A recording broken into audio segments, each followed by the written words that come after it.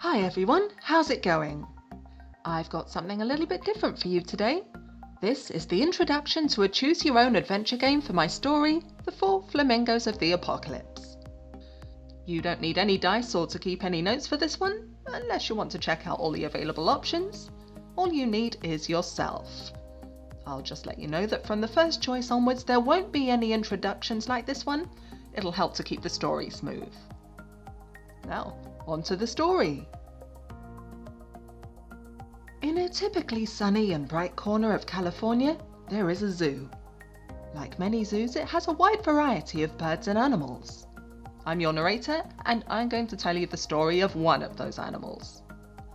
I could tell you the story of the lions, who never got the chance to hunt like lions are meant to, but that would just be the story of a group of bored big cats who saw their keeper, who kept them as entertained as best she could with the limited resources available, as their psychological and emotional lifeline from going completely mad with tedium. Or I could tell you the story of the elephants, who still remembered the old songs of their ancestors and passed them down from one generation of captive calves to the next. Deep, rumbling affairs meant to travel over much bigger distances than the elephants had access to in their little round enclosure.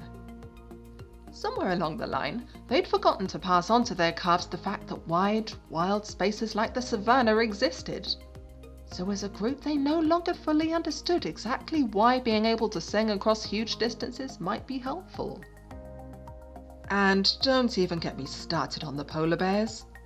They were clever enough to outsmart seals, but never had anything better to do with their time than sit in an enclosure looking cute for humans. You know what? I don't want to get started. Okay, I'm done with that. No, all of those animals were in a human-imposed dead end. Neither their bodies nor their minds had very much of anywhere to go. The story I want to share with you is about a flamingo. At first glance, the flamingos were in just the same metaphorical boat as every other creature in the zoo, trapped physically in a large, open-topped enclosure, and mentally by the lack of vision that one would expect of any living thing born in captivity. So, I hear you ask, where's the story? The story, my friend, is of the hitherto unrealized potential of one particular flamingo, named Pinion. Oh, by the way, did you notice that I said the flamingo enclosure was open-topped? Yeah, that's relevant to the plot, and we can see why if we zoom in on this story. It was a typically glorious late afternoon. The tourists had all gone home for the day, and that gave the zookeepers the time to catch up on some ad hoc animal care. For the birds, this meant regular wing trimming to render them flightless. The zoo had designed all the cages based on the same core layout, which was originally based on designs appropriate for land-bound animals, and for some reason lost to the annals of substandard logistics, administration, or perhaps the Friday afternoon musings of a zoo director who just wanted to knock off for the day. It was deemed that rather than putting a roof or a net over the bird enclosures, they would have animal enclosures and just be trimmed of their primary feathers on a regular basis. Pinion watched as the flock's regular keeper and a second human worked together to wrestle a long, flat object, hinged at its halfway point like a flamingo's leg, through the flamingo enclosure's gate. It recognized the regular keeper, but not the other one. "Who's that?" Pinion half whispered to Webb. "Don't know," came a reply that was warily dismissive either of Pinion or of the unfamiliar human and their strange offering. Pinion took this opportunity to pretend to itself that Webb was wary of the unfamiliar human and not of it. Quill dipped its head in between the two young flamingos. "This is a wing trimming," it told them. Pinion looked at Quill, unsure of how it felt about that. Quill was an older member of the flock and had seen most of the things that happened in and around the cage. Why had it never mentioned anything like this before? "What's wing trimming?" Pinion asked. "Don't you remember? Maybe you were too young. The feathers of our wings grow big, so they cut them." Pinion half opened one of its wings and examined it, turning it to better see its pale pink surface. "Why?" "We don't know," Quill said. "Maybe they're afraid we can fly?" Webb asked. Quill shrugged. Maybe they fear it, but no flamingo in this flock has ever flown, and I don't believe flamingos can fly. Pinion tilted its head at this. The logic didn't quite seem to make sense. That prompted Quill to explain further, although Pinion could tell that its patience for Pinion was running out. Look at the sparrows and crows. It stepped to one side and nodded towards the sprawling human feeding station beyond the flamingo's cage. Sure enough, there were wild birds there, pecking at the morsels the human crowds had left behind. They don't look like us. Their necks and legs are short. They're made for flying. I believe that we are not, for our necks and legs are too long, and that if we fly we'll hurt ourselves. Then, giving Pinion only the most cursory of nods goodbye, Quill wandered away, its breastbone pushing against the flanks of other members of the flock in its eagerness to get away. Pinion's thoughts were interrupted as the two humans cooperated to open their object, which Pinion now identified as a low segment of fence, and used it to trap the flock. The birds backed up, wheezing and honking with anxiety. "The keepers do it for our own good." Langoustine's authoritative voice caught Pinion's attention.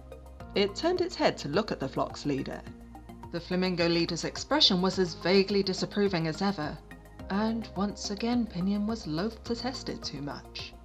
Langoustine wasn't prone to violence, not like the bald-headed storks in the next cage along, but something about its manner had always told Pinion not to push its luck. But again, Pinion couldn't quite accept this line of reasoning. It felt incomplete or wrong somehow. Pinion was still holding Langoustine's gaze and trying to put a name to its sense of dissatisfaction when the leader took a decisive step towards the low fence. The nearest human picked Langoustine up and lifted it over the fence. The leader barely struggled, instead tucking its head in close and bending its legs, its webbed feet dangling almost as if it felt relaxed.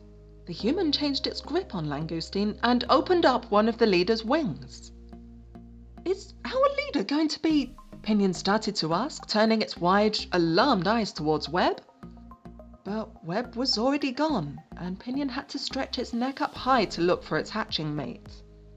It spotted Webb several steps away, looking in a completely different direction as if avoiding the risk of meeting Pinion's eye. Caught between anxiety for the present situation and resignation over Webb's eagerness to escape, Pinion uneasily settled down to observe the rest of the wing trimming. The second human had a complex-looking object in its grip.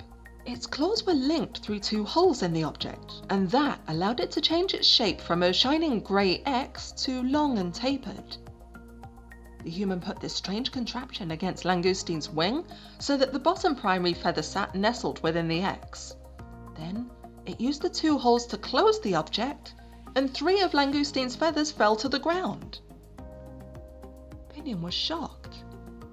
It waddled to the front of the flock to take a closer look. Feathers cut in half.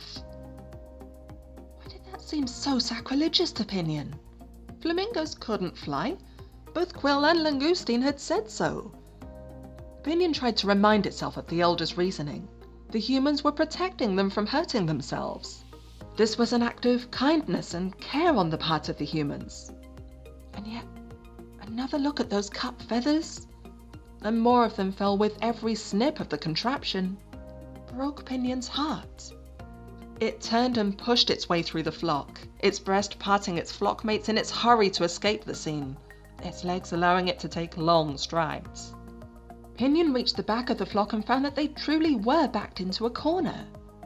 It loitered beside the weeping willow trunk and tried to avoid the disapproving or wry glances of the older birds, unsure of what else it could do. From that safe distance, Pinion watched the final moments of Langoustine's trimming. The humans had nearly finished Langoustine's other wing. With a final cut, the human holding Langoustine put the flamingo leader on the ground, on the far side of the fence. Langoustine ran a few steps away into the pond and turned to watch the rest of the flock. Their eyes met across that distance, but Langoustine's expression was indifferent, not reassuring, and it turned its head to look at some other member of the flock. Pebble was the next to be picked out of the group, and like Langoustine before it, assumed a passive, curled and bent position.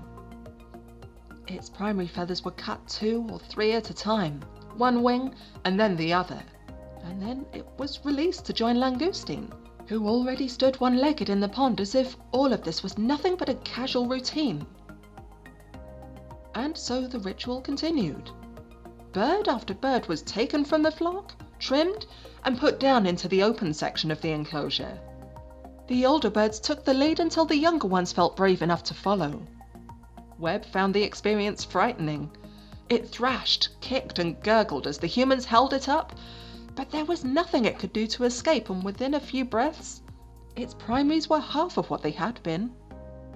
The untrimmed group got smaller, the pile of half feathers got taller, and the humans periodically moved the fence section to reduce the available space for the untrimmed. Pinion backed up each time until there was nowhere left for it to go. Finally, Pinion was the only untrimmed flamingo left. What had Pinion been hoping for? To be able to escape this fate by letting the others go first? It felt that being trimmed was so wrong, and it desperately wished to stand its ground. And yet when it looked pleadingly at the rest of its flock, every pair of red eyes that looked back at it implored it, either through anxiety or boredom, to let the humans do what they would. It stood to reason. No flamingo liked to have a keeper in the cage, and it seemed that the sooner all the flamingos were trimmed, the sooner these two would leave, taking their strange contraptions with them. Pinion made one final attempt to think of a way out of the trap, but had no choice but to give up. The humans pushed the low fence closer and bent it at its hinge so it opened no more than a bird's beak holding a stone, and cornered Pinion behind the willow tree. Then they picked it up, pulled its wings out with a ruthless sense of routine, and cut the feathers from each one.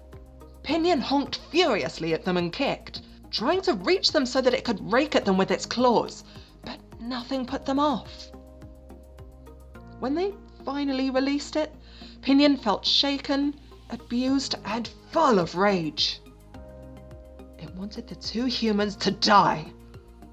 It wanted Langoustine, Quill, Pebble, and all the other elders to die too, for failing to protect the younger flamingos. In that moment, it even wanted the other flamingos to die for letting this happen to them without a fight. It trembled with fury at its powerlessness and decided that right here, right now, it would make a choice.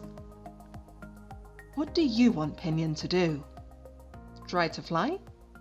Talk with Langoustine? Or show the tourist what the keepers have done?